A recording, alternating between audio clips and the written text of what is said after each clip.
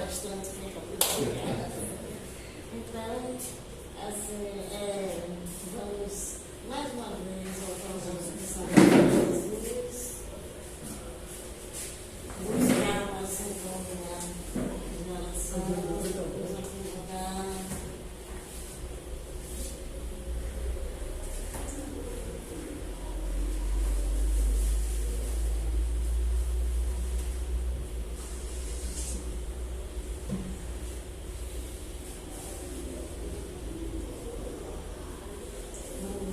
Nesse momento, a assistência de nossos irmãos espirituais, nossos mentores, especialmente o mentor restaurante, que nossos irmãos e irmãs, em suas bênçãos, que nós possamos absorver tudo que foi ensinado nesta tarde, com muito amor.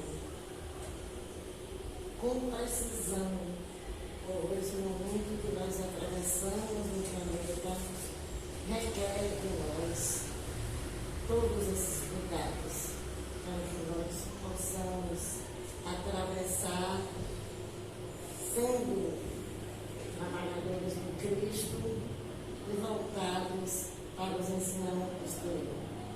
Então, com a prece que Jesus nos ensinou, vamos iniciando o nosso trabalho doutrinário de hoje. Pai nosso, que estás nos céus, santificado seja o vosso nome.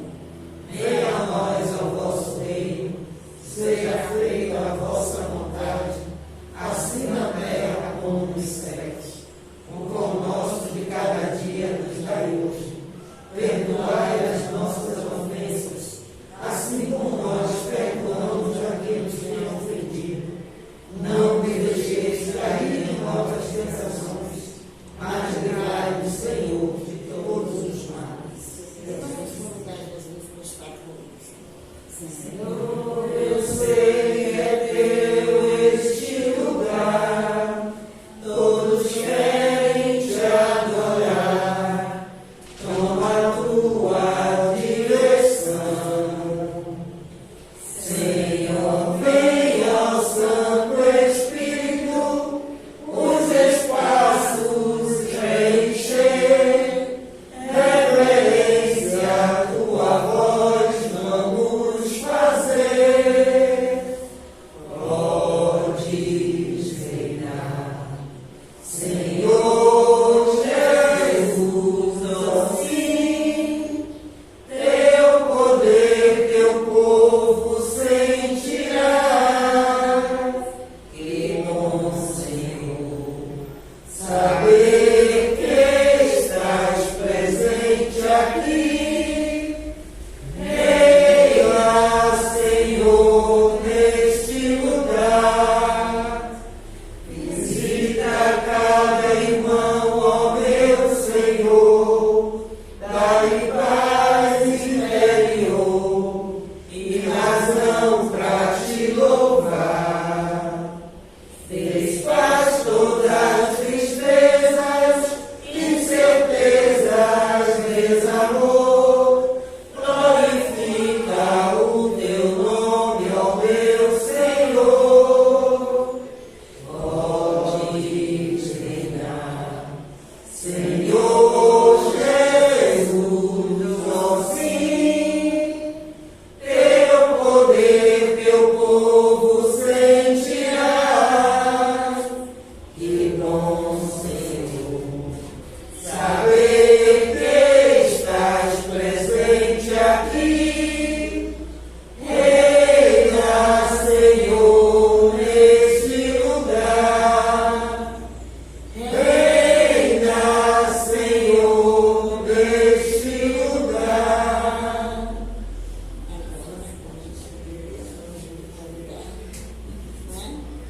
Fique à vontade. Isso é todo seu. Começa a acreditar nisso. Boa tarde, meus amigos, meus amigas. Boa tarde. Tem um ditado entre nós que diz assim: a gente só dá valor a coisa quando perde, né? E eu acho que essa pandemia nos demonstrou, ou nos ensinou, uma coisa extremamente importante, que é a convivência. A gente ficar sentindo uma saudade danada, né? De conviver um com o outro. Eu acho que, espero que ela tenha dado para a gente esse aprendizado, de que é extremamente importante conviver. Então, um abraço fraterno a todos. E obrigado por nos dar essa chance de voltar para o mundo de vocês. O Kardec sempre foi muito cuidadoso quando ele nos trouxe a doutrina espírita. Quando ele traz a doutrina espírita, ele começa com a questão, que é Deus. Porque para ele isso é um princípio dos mais importantes. Porque se o indivíduo não estivesse convencido do que é Deus e da existência de Deus, ele percebia que de nada ia adiantar qualquer argumentação que ele viesse a construir. Portanto, no primeiro momento, é indispensável ele levar o convencimento aos seus leitores e aqueles que entravam no primeiro contato com a doutrina espírita sobre a existência dessa divindade. Portanto, somos Deus, existe um Deus, somos criados por Deus, e ele começa a dar um sentido muito mais amplo dessa visão de Deus. A gente aprendeu, através da Gênese bíblica, de que o homem foi criado à imagem e semelhança de Deus, né? Ele pegou o barrinho, fez lá o boneco, soprou, e aí a vida se fez. Eu costumo dizer o contrário, que Deus foi criado à imagem e semelhança do homem. Porque fomos nós que criamos essa imagem de Deus como um velho que representa a sabedoria, como um homem, que na concepção daqueles que criaram essa figura, a figura do macho, do homem, era muito superior à das mulheres. Tanto Deus do Ocidente, dessa religião que somos todos herdeiros, era um Deus único, homem, forte, Senhor dos exércitos, e assim a gente prendeu essa concepção de Deus. Mas a gente nota que nós temos limites muito concretos que esse nosso corpo nos impõe. Se eu quiser ir até essa porta, eu tenho que me deslocar, andar, dar um passo, outro, esticando o braço, eu não consigo, porque meu braço tem um limite. Ora, se Deus tivesse essa forma, ou qualquer outra forma que a gente possa imaginar para Deus, a gente vai ter necessariamente que admitir que ele tem um limite no espaço. E se ele tem um limite, ele não é Deus. E se ele vê como a gente vê, pensa como a gente pensa, se comunica como a gente se comunica, e sente como a gente sente, traz consigo todas as suas paixões, ódio, rancor, ele também não seria Deus, porque ele seria limitado pelos sentidos e pelas paixões. Portanto, essa figura de Deus que a gente conhece, que a gente construiu, e diz que ele que criou o homem à sua imagem e semelhança, é uma figura que não corresponde ao que seria logicamente aceita a figura da divindade. Por isso, Allan Kardec começa a doutrina espírita perguntando o que é Deus e não quem é Deus, porque a própria pergunta já traria em si o germe da resposta, porque quem é o Deus, a gente ia pressupor que ele seria alguém, e quando eu pergunto o que ele teria que ser alguma coisa, e os espíritos sabiamente respondem que ele é a inteligência suprema, o princípio de todas as coisas, ou seja, qualquer coisa que exista que a gente possa imaginar, ela tem como origem essa divindade. E aí ele explica que esse Deus deve ser um Deus único, nessa concepção que está lá na doutrina espírita, que eu convido a todo mundo a relembrar. Então, Deus é um ser que dele se origina todas as coisas, toda a inteligência. Dito isso, tendo isso como premissa básica, Kardec constrói a doutrina espírita, e dentro da doutrina espírita ele traz para a gente o livro dos Espíritos. No livro dos Espíritos ele tem o mesmo cuidado. Ele começa o livro dos Espíritos com a questão, vocês se devem se lembrar, há espíritos. Porque se ele vai trazer um tratado científico e técnico sobre como se dá a comunicação entre nós, o plano dos espíritos, é evidente que ele teria que partir da premissa de que todos admitem a existência dos espíritos e a comunicação nossa com os próprios espíritos. Porque ele teve o cuidado de assim definir o espiritismo. O espiritismo é a ciência que estuda a origem e o destino dos espíritos e a sua relação com o mundo corpóreo. Portanto, o que ele mais fez foi pesquisar a origem de fenômenos que já era de convivência ampla com a própria humanidade. Kardec teve esse cuidado. Mas a cultura humana é rica de referências da presença dos espíritos entre nós. Reparem em todas as religiões. O Dalai Lama, que veio lá do Tibete, que hoje foi invadido pela China, a gente já sabe a história daquele povo. O Dalai Lama, ele é escolhido de uma forma muito interessante. A gente sabe que o Papa, ele é escolhido na Igreja Católica, que é o líder dos católicos, a partir de uma eleição feita entre os cardeais, né? O Papa, na verdade, ele é o bispo de Roma. Os cardeais se reúnem, escolhem o bispo de Roma, e o bispo de Roma é o Papa. Já entre o Dalai Lama, a escolha se dá por fenômeno mediúnico. Dentre os membros do Dalai Lama, eles escolhem aquele que poderia ser a representação, a reencarnação do próprio Dalai Lama. E aí, como é que se dá esse processo? Médios se reúnem dentro da nossa concepção de comunicação e recebem a mensagem de aonde encarnou aquela figura. E aí eles vão até lá e entram em contato com esse novo ser reencarnado. Então, há um fenômeno mediúnico para a escolha do próximo Dalai Lama.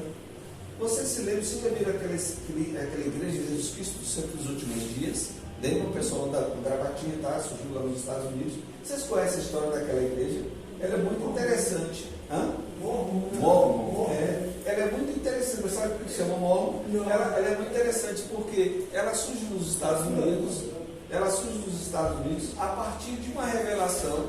O Joseph, ele se encontra em sono, acorda mais ou menos com uns 16 anos, se não estiver enganado, e ele vê a figura de um índio próximo dele que diz assim: olha, eu sou o Mormon e vou te trazer, quando você vier, fizer 18 anos, a história do nosso povo.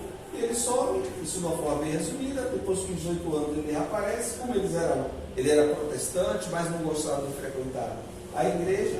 Ele é levado pelos pais, que ele revela isso para os pais pensam que é influência demoníaca, leva ele para a igreja, ele continua a frequentar. Com 18 anos o Mormon aparece e aí ele vai e diz para ele justamente aonde estavam os livros sagrados, e lá ele encontra os livros sagrados. Então toda a igreja ela é construída a partir de um fenômeno mediúnico.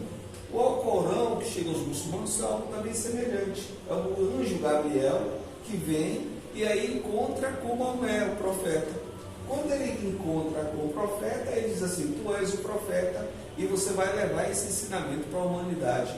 Ele disse: como eu posso levar a história de um livro para a humanidade? O senhor provavelmente deve ter se enganado, porque eu não sei nem ler e escrever. E aí ele se aproxima do raio de luz, da árvore de luz do anjo Gabriel, que dá ele um livro e de imediato ele pega o livro e tem a concepção e consegue ler aquele livro todo. Então, dentro do Alcorão, a revelação vem de um fenômeno mediúnico, esse contato com a figura do anjo. Por isso que o livro do Alcorão é tão sagrado para esse povo, a ponto de como é, por exemplo, a figura de Jesus, porque o livro é a própria revelação que vem do anjo Gabriel.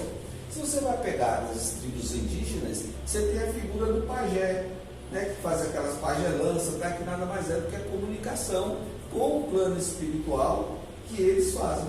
E nas culturas mais antigas que você possa imaginar, entre os gregos, o Sócrates dizia assim: meu daimon, que era o seu guia espiritual que estavam próximo dele. Então, se vocês forem perceber, mesmo culturas que não se encontraram, tinham como referência a existência de comunicação com um ou esse além, com o plano dos espíritos. Então, a presença dos espíritos entre nós sempre foi uma constante. Os espíritos estão sempre entre nós. O que Kardec mais fez, ou simplesmente fez, foi estudar esse fenômeno da presença dos espíritos entre nós e por que ela se dá. Feito esse preâmbulo, a gente vai para a história do nosso livro.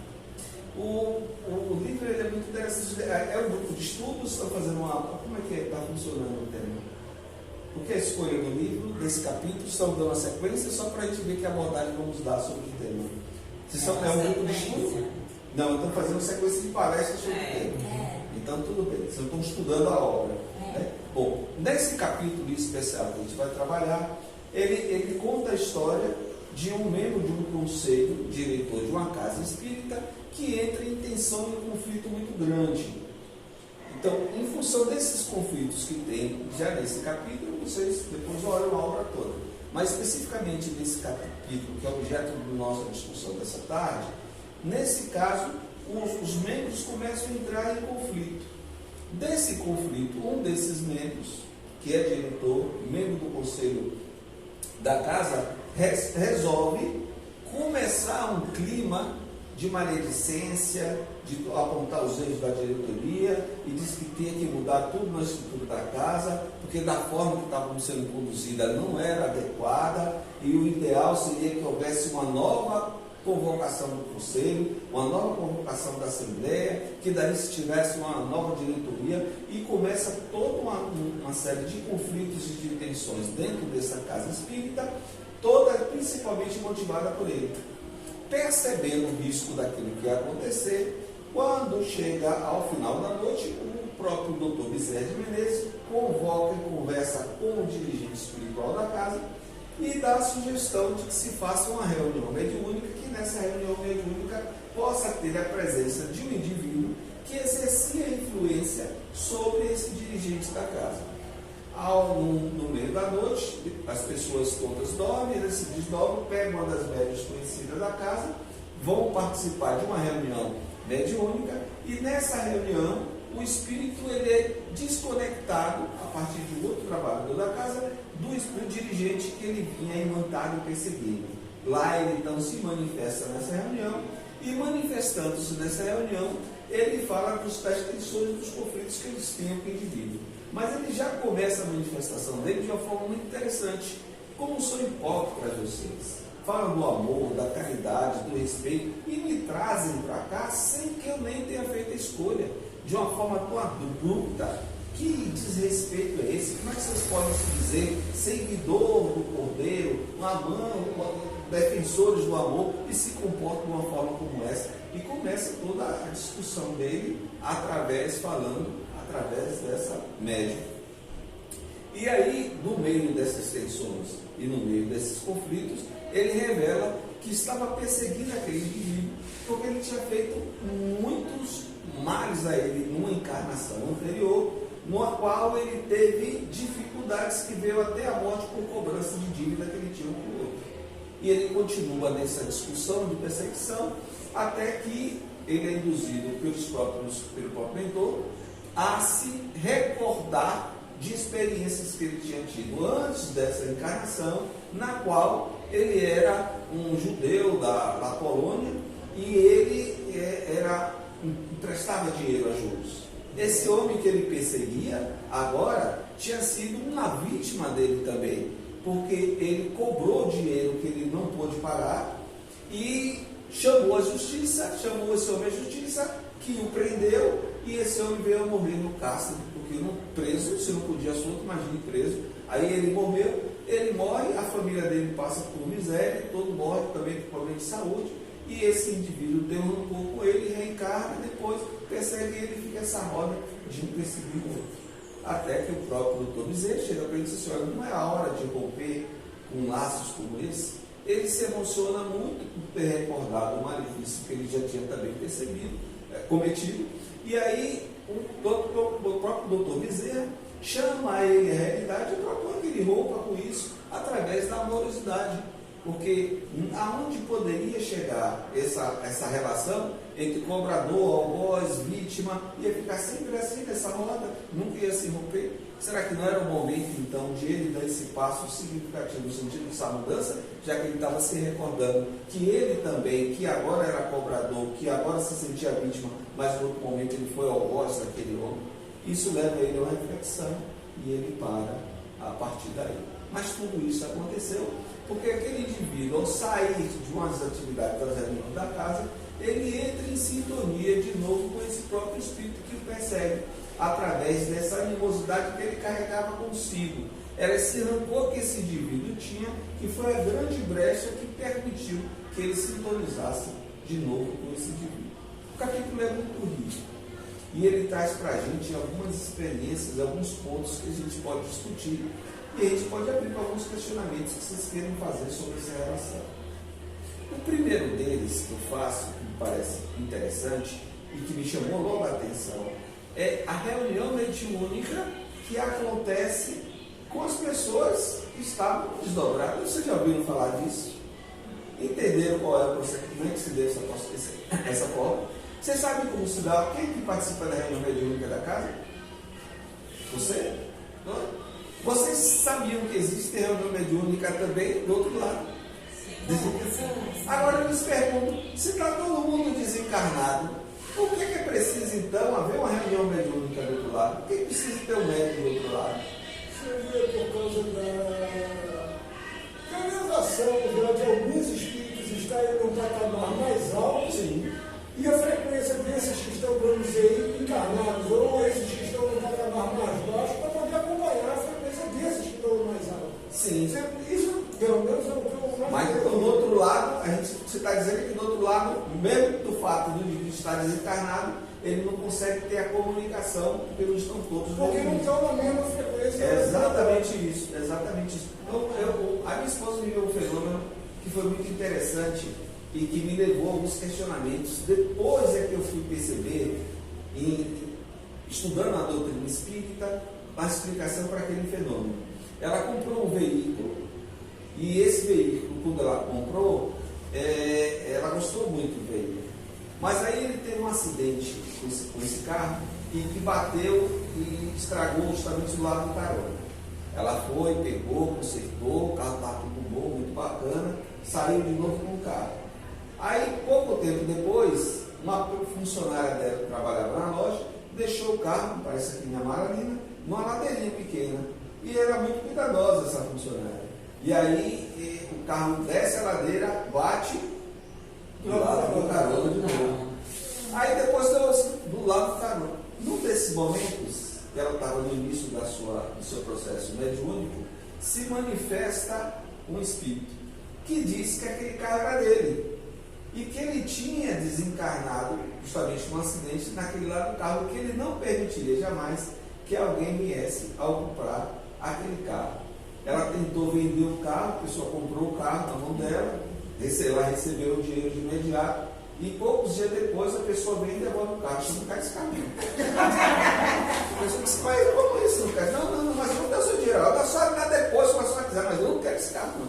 E aí dá o carro para ela, depois ela paga o carro, né? Pagou, não foi feito. Aí ela paga, devolve o dinheiro à pessoa e um tempo depois ela continua e aí anuncia depois a venda do carro. Mas antes de anunciar a venda do carro de novo, é que ela passou por um fenômeno dos mais interessantes. Esse espírito vem e se comunica por intermédio dela, mais uma vez, falando da dificuldade dos problemas que ele tinha. Quando ele se comunica, de imediato se comunica também o mentor dela. E aí eles começam a conversar um com o outro através dela. Olha que fenômeno interessante. Não estavam os dois do outro lado, mas o espírito não tinha nível vibratório para receber a informação do mentor. Entendeu? Ele não conseguia. Então era preciso uma ponte para tornar possível essa comunicação entre os dois. Então, qual era essa ponte? Era o médium. Então, como alguns médios têm essa facilidade, expande tanto o seu corpo espiritual e ele se conecta a mais de um espírito. Não sei se vocês já ouviram falar de fenômenos que começam rápido, mas são possíveis. Então, ela se conecta com mais de um espírito e esse espírito se comunica dentro do seu próprio campo. Quer dizer, eles permeam como se eles tivessem criado um meio para que essa comunicação se tornasse possível. Daí ele convence o espírito, doutrina, espírito, como nós costumamos dizer, que é a forma que eu falo, mas é que nos torna mais entendido. Então, a partir daí, a doutrina imediato vende o carro. Ela anuncia o carro, vende o carro, e aí em seguida, depois, 2, 3 dias depois que ela vende o carro, o que acontece? A pessoa chega lá na porta dela e bate. Quando bate na porta dela, diz, meu Deus do céu, eu devolvi o carro de novo. O senhor não quer o carro não, meu amigo? Não quer o carro é ótimo. É que eu queria saber se o Step ficou aqui com a senhora. Eu disse, não, está aqui no fundo, ele entrega o Step, vai embora. Então, O que é interessante nisso? É algo semelhante ao que a gente vê nesse capítulo. O médium sai em desdobramento e ambos se encontram, toda a equipe mediúnica da casa vai para essa reunião. Tem o dirigente da reunião mediúnica, com toda a reunião mediúnica, mas são todos desdobrados. Qual é a grande lição que a gente tira daí? Que as nossas atividades, ela permanece. E não poderia ser diferente. Por que não poderia ser diferente? Porque nós estamos presos através dos nossos canais sensitivos ao mundo material. Não é isso? Então a gente tem o olfato, tato, paladar, visão. Esses são os nossos canais de percepção do mundo. Então todas as informações do mundo. Perdão. Aqui na água?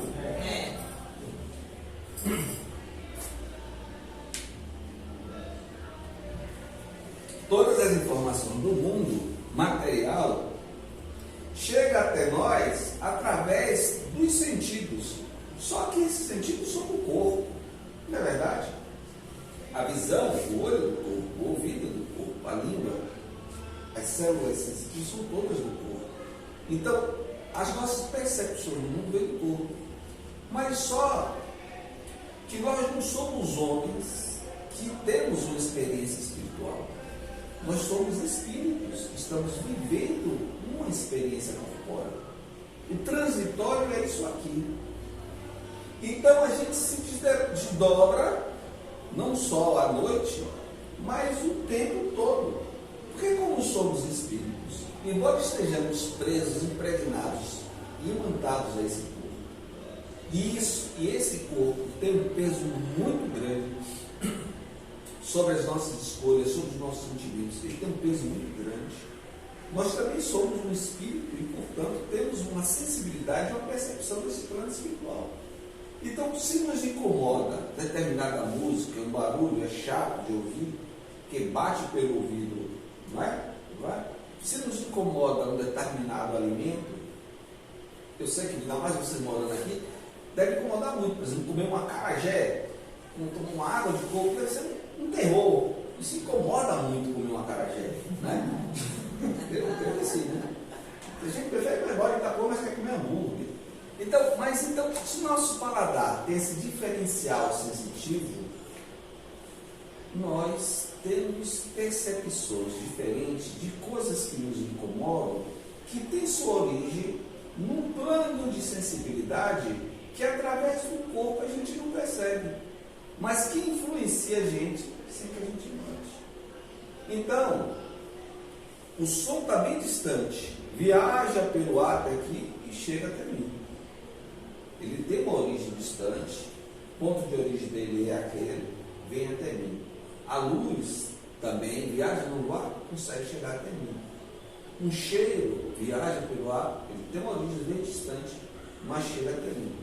Então nós temos essas percepções porque há um meio que traz fontes de informações para o nosso corpo.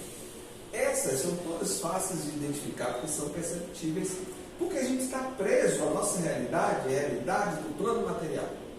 A gente imagina que nós somos o corpo, a gente imagina que a vida concreta é essa, e a gente constrói os nossos valores a partir daquilo que a gente pensa que é concreto. Mas como somos espíritos encarnados, presos no corpo, somos espíritos no corpo. Então a gente não pode pensar que somos só espíritos, a gente não somos espíritos, nós somos espíritos. Temos ligações e percepções desse plano espiritual. Então, como inicialmente nós chegamos à conclusão de que existem os espíritos, que os fenômenos espíritos não são criações da doutrina espírita, e que esses espíritos, por existirem, ao desencarnarem, que foi assim que eles revelaram a Kardec, nada mais somos do que as almas dos homens. Nós morremos e continuamos aqui na vida. Então eles continuam se comunicando conosco. Se eles se comunicam conosco, eles continuam sentindo. As emoções que eles tinham não tem como origem no corpo. É algo que está impregnado a ele mesmo. Então essas emoções ele compartilha com o outro. Então se eu consigo falar até vocês sensibilizando os canais auditivos, levando essas informações que primeiro é gerada no meu pensamento, não é no meu cérebro. Sou eu, espírito, que tenho essa ideia, que construo algo, utilizo do meu cérebro para construir isso através da linguagem, expresso na fala que vai tocar em vocês e vai até. Então é a alma falando para a alma através do corpo, porque estamos presos nesse corpo.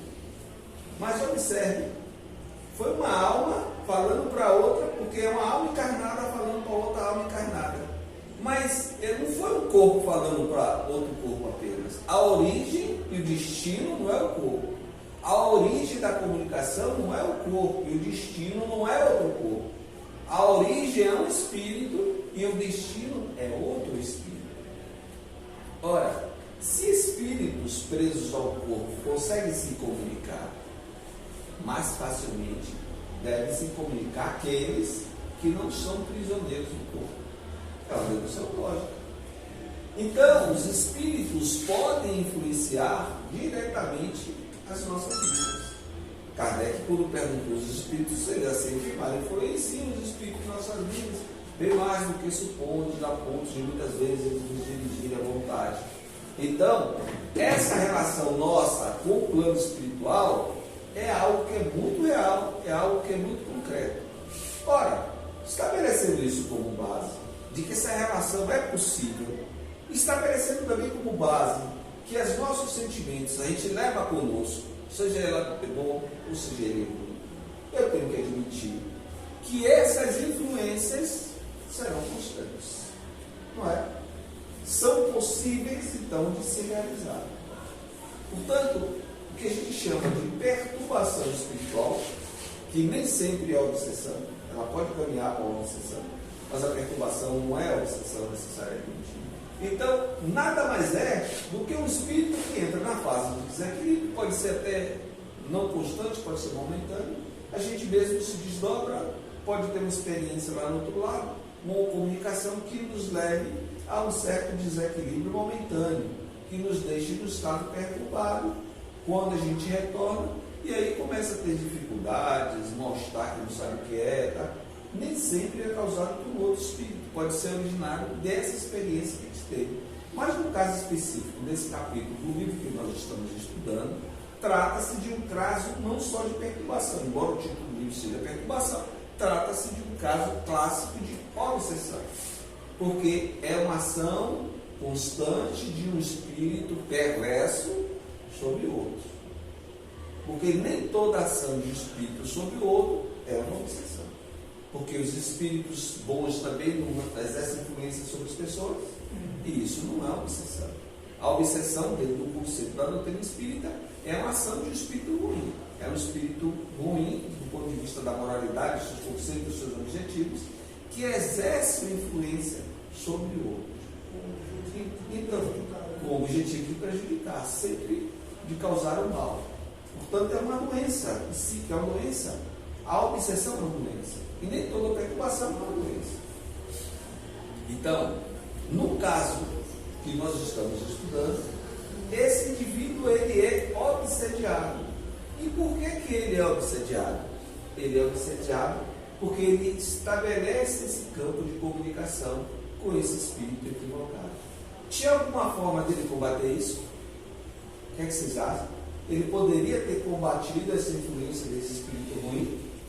Era possível? Sim. Como ele poderia fazê-lo? Vigiando. Fátima, Não. crucifixo, arrumando a bazedeira boa e tchá-tchá. A mudança do seu estado vibratório, né? Ou seja, essa reforma íntima. Eu sei, com certeza, que a totalidade do grupo não está sujeito a isso. Porque espíritas que vocês são, já conhecem a doutrina espírita, já conhecem o ensinamento de Jesus, são espíritos muito elevados, portanto, não estão sujeitos a um processo obsessivo. Mas eu cago no nível que estou. Tenho facilidade dessas influências. Porque reparem bem, nós estamos encarnados por quê? Qual é o sentido dessa nossa existência? Qual o sentido da nossa vida? Qual o sentido? Se Deus perguntasse a você, qual o sentido da sua vida? O sentido da nossa vida é ser humano. Ser humano. E o que é ser humano? O que diferencia um ser humano dos outros seres da criação? Todos têm uma função. Porque Deus não criou nada por acaso. Deus criou tudo e deu sentido às coisas. Nada foi criado, porque senão ele não seria Deus. Se a gente admite como premissa básica que Deus existe e que Ele é o princípio de todas as coisas, eu tenho que admitir que Ele é a inteligência suprema, Ele não ia fazer a besteira, dizer, não tenho o que fazer, vou fazer aquela pedra lá para puta. Nem que ele pensasse assim, o povo tropeçar, ele deu um objetivo para aquela pedra. Então, se ele perguntasse à pedra, qual o sentido do seu pedra? Você está cumprindo sua função aí depois que a pedra, não, estou. Pode olhar assim aí quantas casas tem, viadutos, tal. Ele está cumprindo aí nosso papel, dando resistência a tudo que caminha. E os vegetais? Vocês estão cumprindo? Estou sim, estamos aqui crescendo, florindo, dando frutos, todo mundo está se alimentando. Tem carne vegetariana aí passando bem, tomando mocotó que está um pouco distante, mas estamos aqui cumprindo a nossa função como vegetais.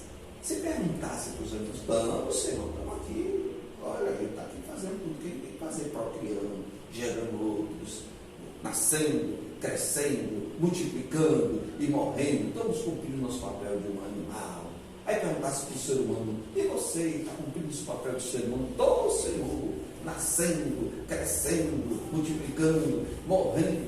Ele está equivocado, porque um animal, você é um ser humano, é um animal. Tem alguma coisa que você não entendeu nessa equação. Porque o animal faz isso, qualquer ser vivente faz isso, né? Nasce, cresce, procria, morre. E às vezes a gente pensa que ainda estamos presos à materialidade, que a nossa referência existencial é a referência do corpo. O corpo, sim, nasce, cresce, multiplica, envelhece, morre. Alguns com os 80, outros com 90, outros com 100. Eu lembro que uma vidente ela me disse que eu chegava aos 24, mais ou menos. Achei pouco, mas tudo bem, né? Aí você vai perseguir. Então, a vida prossegue para todos nós. Mas o sentido dela não pode ser só isso. Porque senão não tinha sentido Deus criar um ser diferente, a menos que a gente ache que é um bicho como outro bicho qualquer. Não desvalorizando os bichos, né?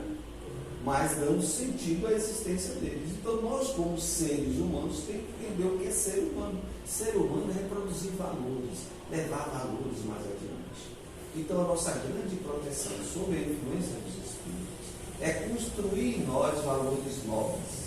São os valores elevados que nos diferenciam de outras espécies. Para que quando o Senhor nos pergunte, você está sendo humano? Estou sendo. Estou aqui construindo os valores humanos. Estou levando valores de paz, de tolerância, de amorosidade a todos. Estou dando sentido digno à minha existência. A minha vida está valendo a pena, Senhor, porque eu estou multiplicando, estou sendo co-criador, estou trazendo para aqui a tua mensagem de paz, de amor, dando sentido à existência, porque eu estou promovendo o equilíbrio entre todos os seres, porque só nós, seres humanos, podemos fazer isso. Vocês conhecem o João de Barro, né, que faz aquela casinha, todo mundo vai ver a casinha do João de Barro? Não é impressionante o João de Barro? Ele pega o barrinho e constrói uma casinha para ele ali. Mas alguém aqui já viu uma casinha de João de Barro, um quarto, sala, cozinha, onde andar de cima? Não dá. A sua inteligência tem um certo limite. Ele não consegue concatenar ideias. Ele não consegue, a partir de uma experiência, de uma ação inteligente como aquela, deduzir relações que ele possa construir mais adiante. Só nós, seres humanos, conseguimos fazer isso. Só nós podemos construir um curso, fazer uma casa. A casa não é mais casa, ela é um quarto, ela é uma sala, ela é uma cozinha. Né?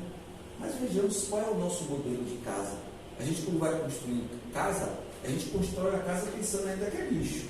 Porque os bichos fazem assim, né? Eles fazem uma casinha, que eles querem, né, ficar lá agasalhados. Às vezes a gente, sem perceber, está fazendo algo parecido. Qual é o nosso modelo de casa? uma casinha onde tem lá uma salinha, várias suítes para que ninguém incomode ninguém, cada um fica lá do seu canto isolado, e está tudo bem, vai tocando a vida de si mesmo, né? A refeição ninguém hoje não precisa mais fazer um com o outro, cada um faz suas refeições de preferência até no quarto, o cara não, meu banheiro está aqui, estou tudo aqui, quero fazer minha comidinha no meu quarto, cada um vive uma vida muito isolada, e a gente não tem a concepção de casa como lar, nós somos como João de Deus. O João de Deus tem a visão de casa como um ambiente, como um espaço para a sua própria sobrevivência. A gente, como se acha no João de Deus um bicho animal, constrói uma casa de forma semelhante. Não entende que é um espaço de construção de relações para que os valores mais elevados possam se redistribuir entre aquele que tem. Então é a partir dessas pequenas mudanças que acontecem no nosso lar, dessas relações que são possíveis ter no nosso lar, que a gente se modifica. Porque somos todos seres, uma experiência evolutiva e educativa. E como é que se dá o processo de transformação, de educação? A partir das experiências que a gente vivencia.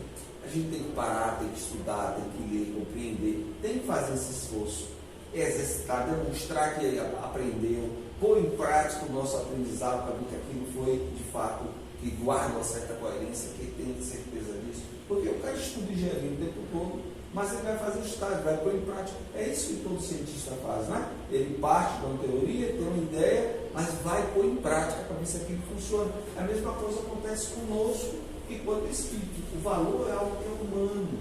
E os valores mais nobres que a gente carrega conosco, eles só serão interiorizados se a gente pôr-los em prática. E como é que se põe em prática valores humanos?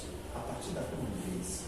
Não tem outra forma. É preciso que todos os seres humanos convivam, vivam conflitos, que é natural, e a partir desses conflitos que eles vivem, eles vão reconstruir os valores, porque eles vão orientando suas ações a partir daqueles conceitos que ele obteve. A gente não estuda a doutrina espírita, nem tem esse contato com Jesus, para que de imediato a gente seja pessoas amorosas, bacanas, nobres. Não é isso. Ali é a orientação. Os espíritos disseram a Allan Kardec que Jesus é o guia e modelo da humanidade. A gente pensa que ele é um grande líder religioso. E aí a gente constrói templos, igrejas, bota lá a cruz, que é o símbolo de Jesus, e imagina que tendo as nossas igrejas, orando, falando de Jesus, a gente está seguindo Jesus. Quando ele não queria nada disso. Ele nunca precisou, nem pensou em construir igreja. Para ele que não era importante. Ele veio aqui mostrar para a gente, na prática, que é possível. Porque ele poderia ter sido um dos homens mais ricos da sua época, porque ele tinha poder para tal. Ele poderia ter sido um grande líder político da humanidade na sua época, porque ele também tinha poder para tal. Mas por que ele não o fez? Porque ele demonstrou para a gente que mesmo diante de toda a carência, porque assim que ele dizia, todos têm um quarto, uma casa, uma cama, um travesseiro, o filho do homem não tem nenhuma pedra para repousar a cabeça. E ele demonstrou para a gente que mesmo na ausência é possível se construir muito, e ele construiu isso. Ele chama o cobrador de impostos, até está aí, hoje vou jantar na sua casa. Eu não fico indignado, mas Senhor, cobrador de impostos, não é? E ele fez isso, ele valorizou o papel da mulher. Se a mulher hoje não tem valor, imagina aquela sociedade patriarcal judaica da época dele. A mulher não tinha valor nenhum. Ela era ralé, mas quantas mulheres seguiam Jesus? Porque valorizaram o papel da mulher. Quem foi que encontrou Jesus depois da sua morte? Não foram, acho que foi Pedro, não foi não? Que estava lá, o João, que estava filho de Diomado, que estava na frente da. Não, vou tomar conta aqui para que ninguém chegue, vou puxar a pedra. Maria Madalena? Aquela feia, aquela mulher fez isso? Porque enquanto todos os apóstolos dormiam, descansavam, pensavam, refletiam, discutiam o que faria adiante, ela estava entrando em comunhão com o Senhor e foi vigiar o corpo de Jesus, que ela sabia que ela estava. E aí, quando ela vê o túmulo vazio, o que faz? Encontra um homem mais adiante que sabe que aquele cara que roubou. Moço, me diz aí onde está o corpo do Senhor. Me diz onde ele está. Só precisa só me dizer onde está, que eu vejo, velho. Imagina a dimensão dessa mulher, essa é a estrutura do amor. Ela só queria saber onde estava o corpo que ela tinha feito o corpo. Até que ela disse, Maria, ela reconhece Jesus pela fala dele. Rabi, mestre. E ela tentou se aproximar dele e disse, não pode, eu ainda não subi ao Pai. Olha que coisa fantástica. Ele antes de si, ele ainda estava impregnado com a experiência corpórea que tinha tido. Antes de assumir, enquanto espírito puro que ele era, ele foi para Maria. Ela teve a alegria de encontrar com Deus. Então ele valorizou muito o papel da mulher. Claro que ela foi induzida também que está lá. Mas não bastou só a influência dos espíritos para que ela pudesse estar com ele naquele momento. É preciso que ela estivesse pronta para aceitar aquela influência. Porque se os espíritos bons quiserem nos influenciar para o bom caminho, a gente vai fazer o vídeo de burro, como diz. E muitas vezes faz isso. Tu vai por aqui não, para, faz isso não, não dá atenção. Né? Mas quando é para o caminho do desvio, dos equívocos, aí a gente ouve com uma facilidade. Não é? Porque o nosso nível é compreensível. É o nosso nível, é o que ele está trazendo. Imagine, chega em fevereiro, todos assim, olha, vamos sempre fazendo a oração, vibrar pela humanidade. Aí a gente não tiver passando aqui na rua, o negócio aperta. Né? Mas claro, porque é o nosso nível. É o nosso nível. Mas nós estamos nessa fase de tentar crescer, de tentar ser melhor. Isso só é possível se a gente impuser a nós mesmos pequenos desafios. Não imagine que seremos santos de hora a pouco, seremos grandes. Não, são pequenos desafios. É atenção às nossas condutas, pequenos gestos, comportamentos, sensações, emoções, que chegam até nós, que muitas vezes não tem nem origem em nós, mas encontram em nós eco. Porque nós somos aqui. Somos facilmente influenciáveis. Porque nós somos. E os espíritos influenciam a gente com facilidade. Nós somos aqui. Nós somos tão influenciáveis Não é? que quando a gente está desenvolvendo a mediunidade é mais fácil se algum espírito inferior segura do que o mentor. A gente, para identificar o mentor é mais difícil. Comigo foi um pouco diferente. Comigo baixou mal o São Francisco. Mas eu achei também que estava no nível melhor. Eu falei, Senhor, por que você não vem? Negócio de mandar intermediário. Mas é verdade.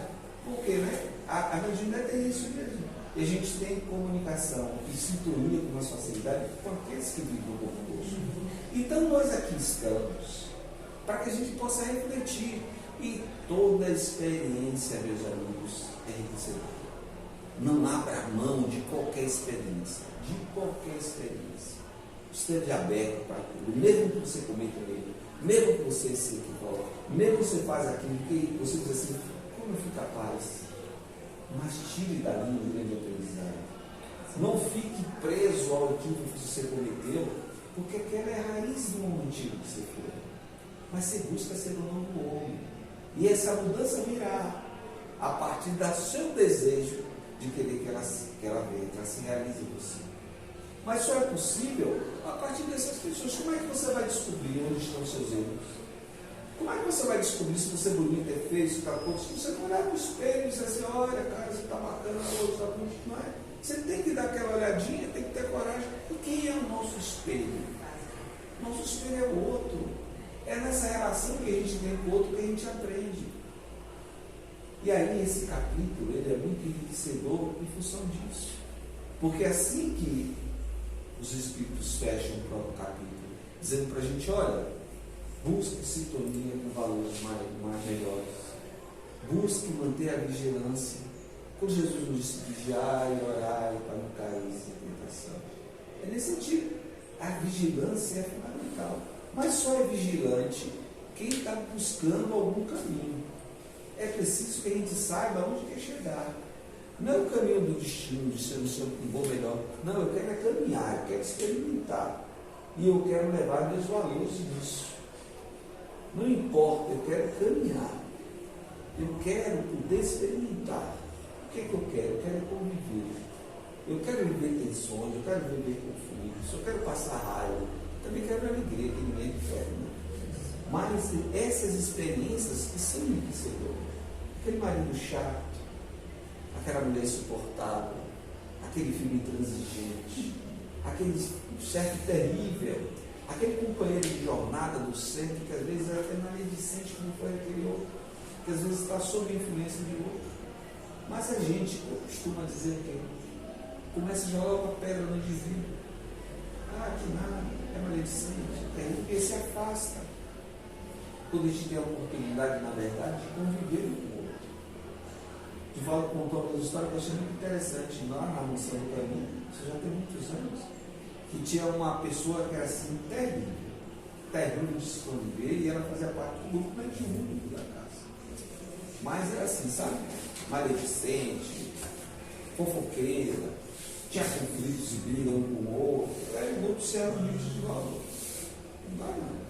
Como é que a gente precisa de um grupo com a harmonia, que é essa base de reunião mediúnica, e essa pessoa com essa atenção está aqui convivendo com eles? Não, isso não serve. Não tem como. Vou falar com ela, não tem como essa pessoa permanecer no grupo. E aí, Joana, parece que você vai falar com quem, meu filho? Aí já sabe, né, que a chamada que vem, ela diz, não, eu ia conversar com a moça. Ela não vai sair. Ela precisa permanecer. Porque a oportunidade que vocês têm de exercitar a caridade e a compaixão é verdade. Às vezes a gente pensa que aquele tropeço que está nas nossas vidas, aquela dor, aquela dificuldade de conviver com a gente, é alguém que a gente quer dizer assim, ó, manda embora. Eu queria estar aqui, sou uma pessoa boa, mas menos com esse cara aqui. Será que não dá para ele ir no centro? Será que não dá para estar frequentando outro grupo? Será que não dá para estar numa outra reunião? Mas é aquele que mais ensina para a gente. Então é dessa experiência que a gente vai tirar os grandes aprendizados da nossa vida. Porque esse é o grande sentido de sermos humanos.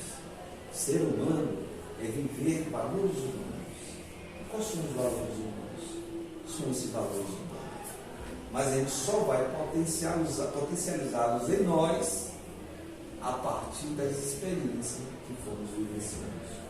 E foi isso que Jesus fez. Veio aqui demonstrar para a gente que a gente precisa experimentar, que a gente precisa vivenciar, que a gente vai ter atropelos, que a gente vai ter dificuldades, mas que Ele vai estar perto de nós. Você se recorda da relação dele com Pedro? Se recorda? Quando ele disse assim, o filho do homem tem que descer, porque vai estar assim, não, Senhor, jamais, não vamos permitir que isso aconteça. Pedro, antes que o galo cante, tu vai me negar 3 vezes. Você imagina, porque é o cara que se deixou, porque Pedro seguia, vivia, estava com ele. Você é o vídeo mestre, é como um professor, né? Que você tem, que você se dedica, você estuda, você é um aluno atencioso, você gosta de demonstrar para aquele mestre que você está aprendendo, e aí ele chega para você, olha, eu sei que na próxima prova você vai pescar, que você não estudou, mas senhor, você sabe que o time não está boa, não faz isso, o cara fica, não vai nem contestar mais, fica se sentindo ofendido, né? Acho que Pedro se sentiu ofendido. E aí, quando Jesus é preso, a primeira pessoa que ele encontra no caminho, vem cá, você é seguidor daquele amigo. Eu? Oxi, nunca nem ouvi falar. Aí ele dá mais 2 passos, lá, ele estava no grupo também, ele estava. Eu estou chegando na cidade agora, você é maluco? E aí se manda de novo, porque está vendo que o cara está tomando chicotada, está passando, vai passando, tem a cruz esperando ele. Ele disse, meu corpinho não vai fazer para esse respeito não. E ele vai embora. Ele disse, aquele que está saindo, vem cá, você é um dos seguidores dele. Você está louca? Quem foi? Você está me confundindo com alguém. Quando ele acaba de dizer isso, o galo. Quem sabe de galo, não sei. Mas ele dá aquele grito de galo. Agora, imagine vocês como ficou Pedro nessa hora. Imagine. Mal.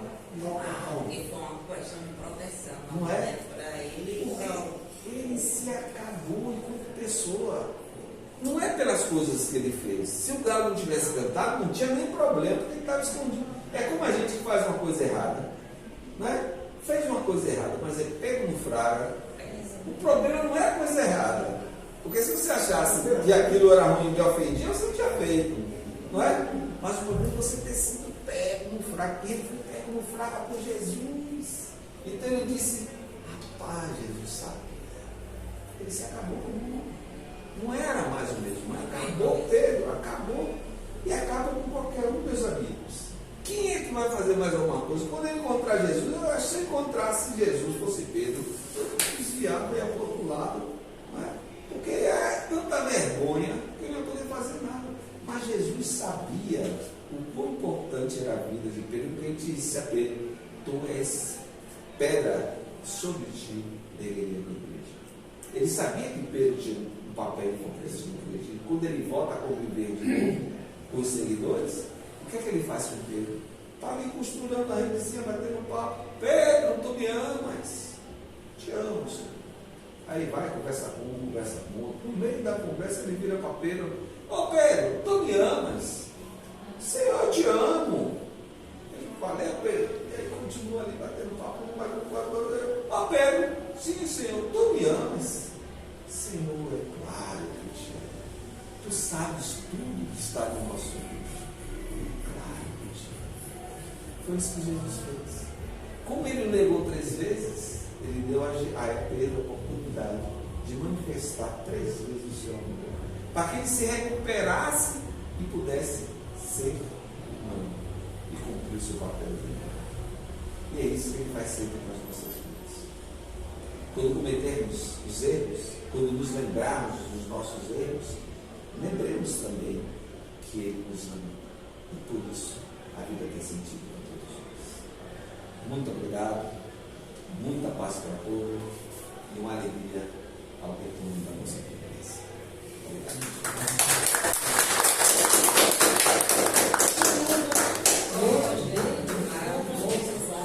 Vamos aproveitar e agradecer a Jesus, né?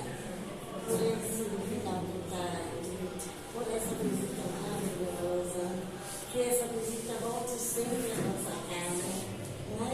Para trazer essa forma doce de falar de Jesus. Para que ele complete o trabalho que ele vai fazer aqui, parece que encerra muito. Eu? Sim. Assim como eu falei. Certeza. Claro. Tem que cumprir a tarefa está difícil lá. A palavra foi perfeita. X foi certinho.